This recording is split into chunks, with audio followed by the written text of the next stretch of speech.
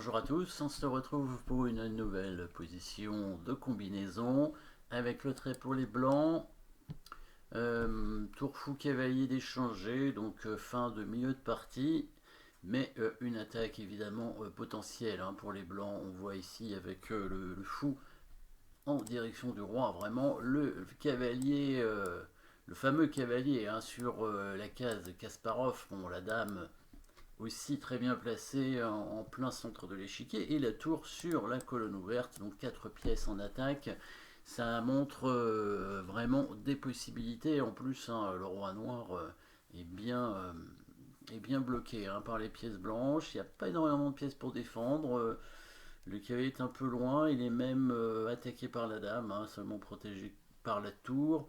Il n'y a que le fou vraiment en défense ici, on peut dire. Donc, bien sûr, on va regarder les coups forcés, mais vous pouvez d'ores et déjà mettre la pause pour essayer de trouver le bon coup hein, ici pour les blancs. Donc, deux échecs, trois échecs dans cette position.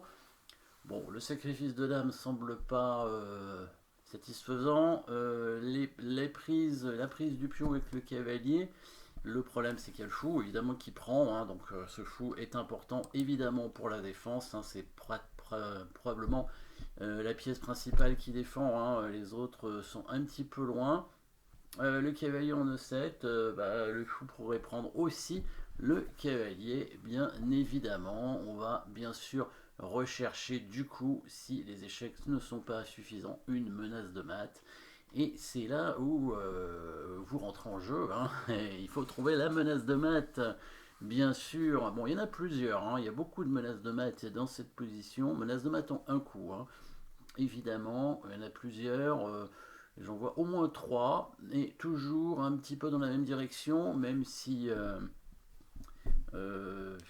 il y a une autre possibilité, ce serait d'amener la dame en batterie avec le fou pour menacer mat en H8, mais évidemment la dame en E5 se fait prendre, hein, donc là ça ne va pas être bon. Par contre, si on arrive évidemment à prendre ce pion F7, ce sera mat aussi.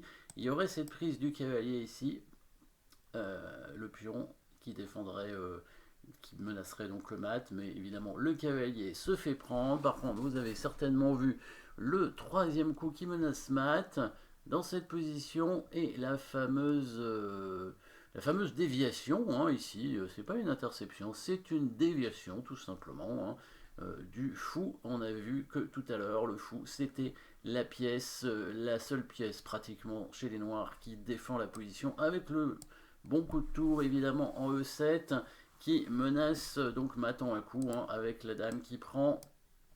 Les noirs n'ont pas vraiment moyen de défendre ce pion, hein, parce que même s'ils amènent leur cavalier, bah, il va se faire prendre par le fou et ça va rien changer. Du coup, ils vont prendre la tour avec le fou, et à ce moment-là, on va prendre le pion avec le cavalier, c'est l'idée, hein, la déviation du fou. Le roi va être obligé de se mettre en H7 pour essayer de s'enfuir. Dame prend pion échec, le roi va prendre le cavalier évidemment ici, et comment on continue.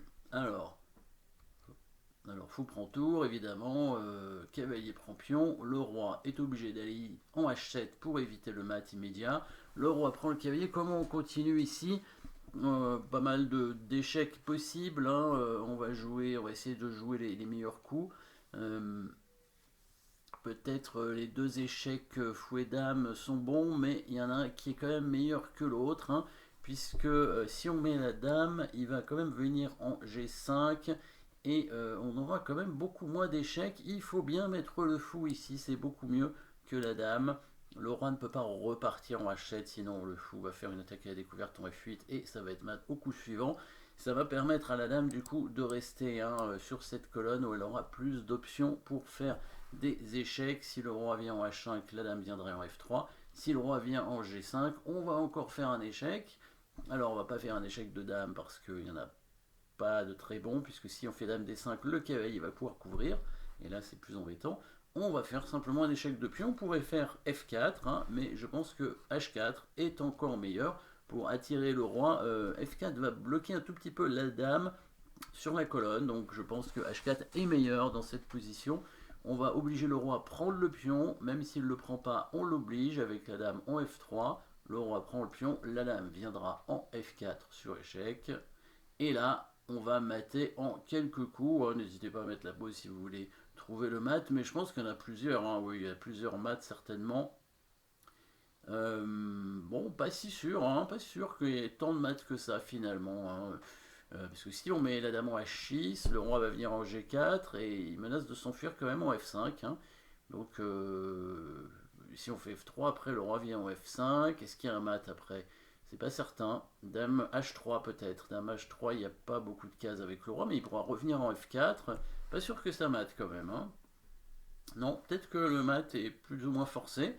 En tout cas, il n'y a pas tellement de possibilités, d'autres possibilités pour mater. On va pousser le pion de 2 cases ici. On ramène toujours des nouvelles pièces en attaque. Là, ça va être un mat rapide. Un roi H4, dame G3 échec. Et c'est bien le pion qui donne mat en F4. Le roi est complètement bloqué. Donc on a tiré complètement le roi dans notre camp pour pouvoir le mater avec nos pions. Dernière option pour les noirs, s'ils tentent de sacrifier la dame, hein, on peut vérifier parce que ça lui permet d'avoir quand même une tour et un cavalier et un pion, mais ça n'y va pas loin étant donné qu'il y a des pièces non protégées, évidemment, pièces non protégées.